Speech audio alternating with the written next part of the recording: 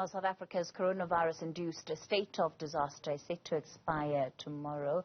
No word yet from government on whether we will be faced with yet another extension.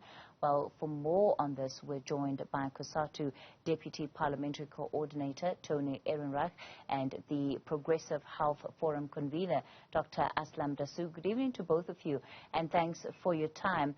The debate has been ongoing for months now about whether or not it is still justified to continue with the extensions of the state of disaster. Tony, let me begin with you. Cosatu's position here. Good evening, and thank you very much. Well, our position is we've got to move towards ending the state of disaster. The state of disaster has had a terrible toll on the economy. It's really wreaked havoc with many people's lives. We need to find a way in which we can live with the pandemic, but we've got to do it in a way that's safe, and that's in keeping with the levels of development, immunity, and herd immunity that we may have in the society. So we're certainly in favor. We believe we should have other regulations to ensure that in the event of other waves that we're able to cope with the fallout from that. But the disaster regulation is a blunt tool for a fairly complex situation, and we should react to it very differently in a way that gets the economy restored. If it is extended, would you as Cosatu find it justified, or at this point do you think it's become completely unjustifiable to have any extensions? Well, our view is that the science must dictate what we do. And so we would urge the government to stick by the science that we've consistently applied throughout this pandemic. And that is that we're now even aware that the levels of immunity that we have puts us in a much different situation than where we were in the earlier waves. We know that we've been able to follow a lot of the World Health Organization's prescripts, and that has served us well. We know that the present vaccines certainly go a long way towards avoiding really hazardous diseases, and it ensures that people are better able to cope with it. So we think that's still a big hill for the society and the community internationally to climb, but there certainly is not the need for a blunt tool like the Disaster Act. What we now need is different specific regulations that helps us to start living with the remnants and the manifestation of the virus as it may be going forward. Dr. Dasoo, Tony speaks about science needing to be what informs government's position. Of course, we know that the science hasn't always led in as far as the decisions taken by government. And, you know, when it comes to some of the outcomes that we're dealing with now, there are also varying views from the scientific community about whether this is a good time to be completely getting rid of the national state of disaster. Good evening, Kathy, and good evening to Tony and to your viewers. You're quite right. The science hasn't always led, even when it should have. And it seems that the same situation prevails now. We know the Ministerial Advisory Committee has recommended the scrapping of all of the restrictions, in effect, putting an end to the state of disaster. And I think Tony Ehrenreich went through a range of propositions about why we don't need it that I fully concur with. Look, we have come through 2 years of a terrible pandemic. It's taken a toll on all of humanity, and not least on us here. We are in the stage of the pandemic where we can fairly credibly foresee pivoting out of the emergency phase of the pandemic in 2022 at some point and moving toward a stage of endemicity. The immunity within the population in those countries which have high levels of vaccination, you know, is excellent for them, because what they then experience is perhaps high rates of infection, but very low rates of severe disease and death. We have here, for example, in South Africa, a combination of vaccination and natural infection giving rise to natural immunity. You know, and collectively, over 80% of the population is covered.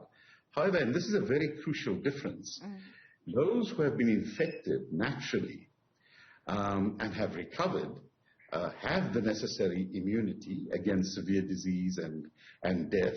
We're not sure for how long. but it's come at a terrible cost. Had they been vaccinated, the cohort who died and who got very ill, 80% of them came from the unvaccinated cohort. So it's a nuance, but overall, there's nothing that prevents us from eliminating the state of disaster. We need to reinstate parliamentary oversight, and one can understand why the government is hanging on to this state of disaster. They can get stuff done without accountability. And the way the economy has been hammered, is completely unacceptable, in that we have now reached a level of poverty and inequality and unemployment that boggles the mind. So we need to get rid of that. Reinstate parliamentary oversight. There is sufficient legislation and sufficient power in the presidency and the cabinet to manage any exigency that will arise with a pandemic in the months and years ahead. And I don't think there's any question about this. The science is not divided. I need to assure you of that.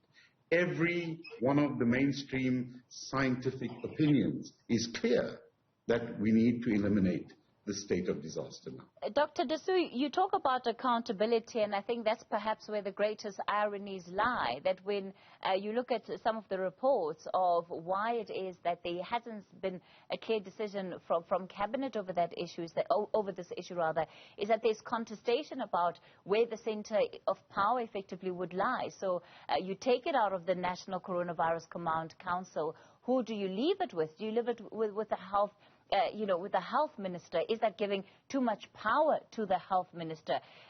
The department, strangely enough, at the beginning of the year, was talking about amendments to legislation, and it was supposed to be a simple process. It doesn't seem that that has been the case, because, we're in the middle of March, and the debate doesn't seem to have moved much further along. You've put your finger on it. I think the reluctance to do away with these myriad structures like this lockdown committee called the Command Council, which gives inordinate power to those participating within it, is actually understandable from a government point of view. Those in power don't like to relinquish it. The fact of the matter is that now we are dealing with a health issue, purely. We don't need to damage the economy in dealing with that. The regulatory framework in the National Health Act does need to be, strengthened a little bit. But these are regulations. This is not new legislation, and it's not amending existing legislation. So it's about producing regulations. Now, we produce regulations at lightning speed when we introduce the state of disaster. We can certainly put in the relevant health regulations in the National Health Act and get the thing managed that way. We have 2 months at least before the fifth wave hits us. Oh, and it will be here. It's probably not going to be worse than Omicron and may well be even less lethal, but it will come. Now, in these 2 months, certainly one can expect of a government that has the wherewithal to apply those draft them and apply them, so that we are ready in the event we need to take certain measures, strengthen mask mandates, maybe curb large internal gatherings, and that sort of thing. That can be done very easily over the next 2 months in the existing health legislative framework. Tony, let me come back to you and put you on the spot a bit. You're part of Cosatu. You are in alliance with the governing party. At this point, from what perhaps your WhatsApp groups are saying, do you have any idea what's going to happen tomorrow? Well, we think that, as the doctor has pointed out, we need to get in place the regulations. There's been a bit of a quibble in the society around vaccine mandates. Vaccine mandates are effectively unfolding in many workplaces. Discovery, some of the other big companies have effectively reached 98% levels of take-up of vaccines. So there's a big shift in society, and we need to deal with the others. But I agree with the doctor. We can put in place the regulations that ensures that we're able to respond to any challenges thrown up by any subsequent waves or any subsequent features. And the point is that as we learn to live with the virus, we've got to be battle ready to be able to engage as a society. Politicians don't need these all-empowering committees to be able to run the country with the consent of the people. What we need is to disseminate information, make sure we constantly engage and get our communities behind us. And that certainly is what we think is picking up at the moment. And so I agree with the doctor entirely. It's time for us to put in place the regulatory environment to reduce the kind of institutional frameworks that we necessarily had to put in place to respond to a real health emergency about 2 years ago, but now is the time to manage it differently and to ensure that the 2 million people who lost their jobs, the many, many people who have had no income for many months now, that they are able to be put on a fast track to restoring their lives, while at the same time not giving up on being very vigilant against what the possibilities of this pandemic, this future can be. So Tony, I hear you in terms of what your expectations are, but do you know what is actually going to happen? No, I think that the president will make that final announcement. Everybody has a wish list. Everybody has a view. As the doctor says, we haven't always been consistent around the science. Our one appeal is we must let the science lead us in responding to this matter. There can't be expedient political decisions that are made.